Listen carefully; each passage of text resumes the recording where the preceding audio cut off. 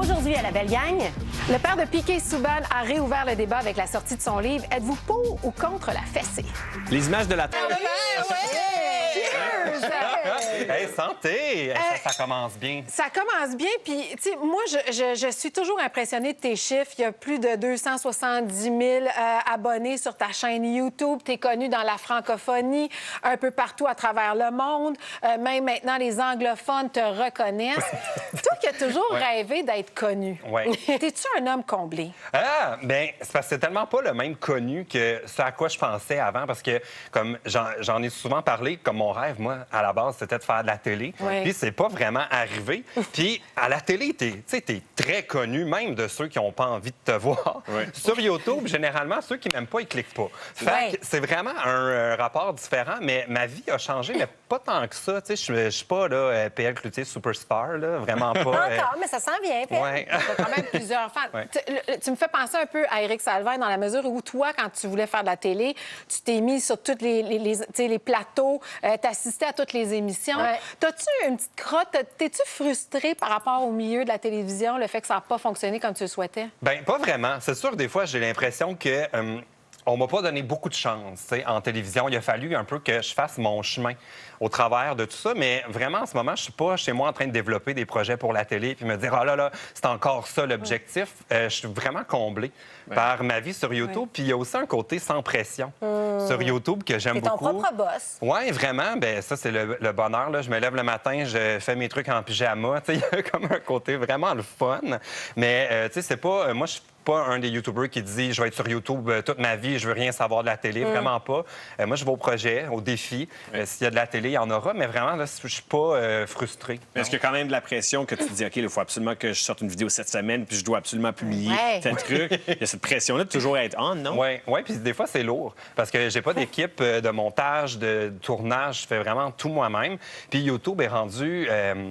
En 3 ans, ça a changé beaucoup. Maintenant, il faut publier presque à tous les jours si on a envie que l'algorithme nous aime puis nous favorise. C'est vraiment des robots. Est-ce que c'est payant? Sur YouTube. Ah, et voilà la question. Je l'attendais. Est-ce que c'est payant? Est-ce qu'on lâche la télé puis on s'en va sur YouTube? Oui. Mais non, c'est pas très payant. Tu sais, c'est à peu près, 30 000, 40 000 par mois. Semaine? Par mois?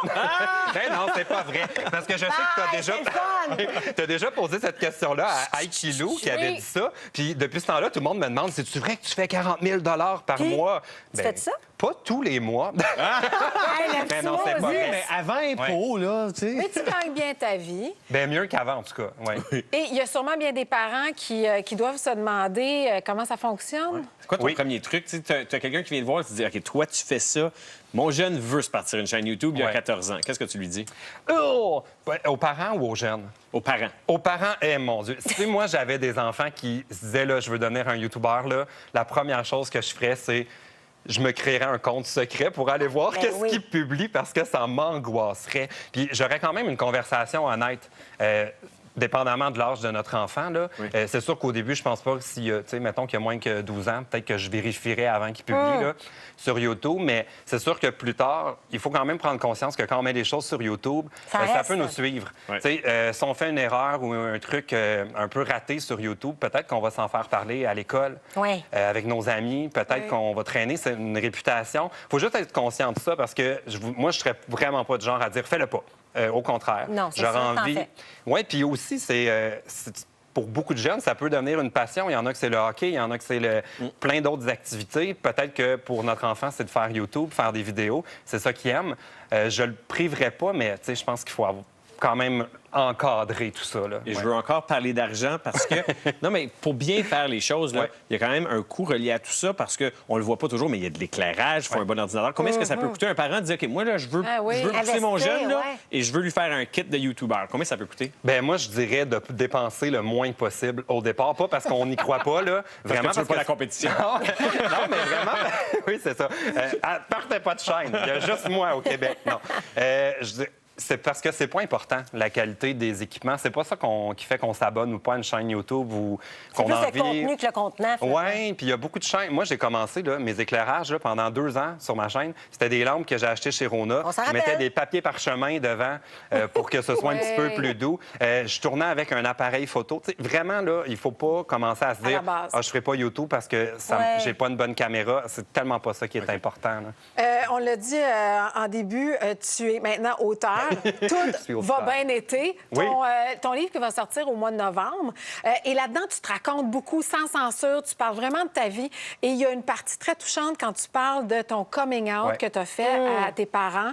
Tu étais très jeune quand même. Tu avais quel âge? J'avais 14 ans. 14 ans. Ouais.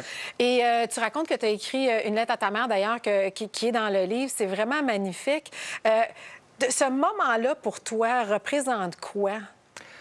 Ah, ça, c'est quand même... ça a été le défi pour moi de me replonger dans ces trucs-là parce qu'évidemment, j'ai plus 14 ans. Il a fallu que je retourne là puis me replonger dans l'émotion puis que j'étais pas zen à ce moment-là. Mais c'est normal aussi. Puis j'ai essayé qu'on le sente un peu dans le livre de l'espèce de fébrilité, la nervosité. Puis je trouve un peu... c'est un peu un des thèmes dans le livre que je trouve, il y a comme tous les chapitres. Mettons, pour moi, le chapitre sur le coming out, c'est aussi le chapitre où on se découvre et qu'on décide de s'accepter comme on est, peu importe que ce soit lié à notre orientation sexuelle ou un choix de carrière ou peu importe. Puis c'est peut-être le moment où on se dit, bien, ça se peut que ça plaise pas à mes parents, à mes amis, mais je suis comme ça. Mais ce serait quoi ton truc, mettons, pour les jeunes qui nous regardent, là, tu sais, justement... Pour un coming out? Pour un coming out, oui. Hey, ça, c'est dur parce que ça fait quand même quelques années. Les choses ont tellement changé maintenant. Il y a tellement de façons de faire un coming out. Puis surtout, je le dis dans le livre, on n'arrête un peu jamais de faire son coming out. Tu sais, je l'ai fait à mes amis en premier, après ça à ma mère, ensuite à mon père. Est-ce que ça te nuit, mettons, d'être gay? Parce que dans le livre, by the way, Patrick, t'es peut-être pas au courant, mais il a passé la même audition que toi pour une émission du matin sur une autre chaîne. Il te nomme! T'es dans le livre! Et je trouvais ça... Parce qu'on te dit, ah non, il fait trop gay. T'as su ça, toi, finalement? Oui, bien, c'est peut-être la seule fois où j'ai senti que ça avait pu me freiner. C'était dans le cadre de des auditions pour de la télévision où on voulait de la virilité, on voulait comme des... Mon Dieu, puis on pris Écoute, d'après moi, tu gagnes au niveau de la compétition, de la virilité. Moi, je crois pas trop à ça, ces histoires-là, qu'il faut être viril. Là. Franchement, c'est Hélène DeGeneres, là, combien de fois elle a dû se faire dire qu'elle était trop masculine? Moi, je trouve que c'est n'importe quoi. Mais je fais attention quand même quand je raconte cette histoire-là, parce que je sais que les producteurs qui m'avaient dit ça, c'était pas une mauvaise intention. Ils me disaient ça un peu parce Pour imager, peut-être. Ils voulaient m'aider. Ils me disaient, là, en ce moment, c'est ça ton problème. On te trouve trop maniéré. Tu pourrais travailler là-dessus puis arriver à ton but. C'était vraiment là, fait pour être smart, mais comme moi, j'avais pas envie d'entendre ça. J'avais pas envie de... il faut que tu sois toi-même, en fait, je pense. Puis tu le fais très bien. C'est ce qui est beau aussi avec toi. Puis je pense que c'est ce que les gens, puis les gens qui te suivent aiment. Il y a beaucoup de name-dropping dans ton livre. Patrick Langlois, René Simard, Danny Turcotte aussi, qui t'a aidé dans ton coming out. Non, on n'est pas là, mais le Éric Salvaille aussi, qui m'a ouvert les portes de son plateau souvent pour aller le voir travailler, apprendre. C'est fin, ça, Et tu racontes aussi ta vie avec un millionnaire. Ça, là, c'est la plus grosse affaire que j'avais jamais dit dans le livre parce que j'en ai jamais parlé aux abonnés. Comme je pense qu'ils vont être surpris de découvrir ça de moi. Là. C'est qui? Ah ben là, dans le livre, j'appelle Josh parce que je veux pas dire son vrai nom parce que j'ai appris qu'un millionnaire, quand il est pas content, il peut te poursuivre. Mais c'est ça, le millionnaire, Josh! Fait que je l'ai appelé Josh. Je parle de notre rythme de vie indécent où quand il annonçait de la neige, on allait en Floride. What? Mon Dieu, on l'aime. Comme ça, on allait à Paris parce que ça me tentait de voir la Tour Eiffel. On avait un rythme indécent, mais ce qui m'a aussi appris beaucoup de choses par rapport à moi-même, puis au côté où... quand on n'a pas travaillé pour mériter quelque chose, on dirait que ça goûte tiède. C'est un peu ça ma leçon. Fait qu'un jour, c'est toi qui va être un millionnaire. Ah oui! Tu vas faire vivre à l'inverse à quelqu'un d'autre. Écoute, il va falloir que je me tienne plus avec Aikilou, là, qui a l'air de savoir comment faire de l'argent. Qui est un autre YouTuber au Québec, qui est un gamer, lui, c'est une autre affaire. Mais c'est vrai qu'il avait déjà dit publiquement qu'il faisait entre 30 et 40 000 par mois. Par mois. Alors, peut-être qu'on est là la semaine prochaine à La Belle Gang ou peut-être nous suivre sur notre prochaine chaîne. Ah oui?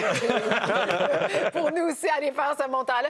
Alors, je rappelle que ça s'appelle « Tout va bien été ». Ça sort... C'est le fun, hein? Je vous dis pas le débat qu'il y a eu sur le titre, là, mais j'ai gagné.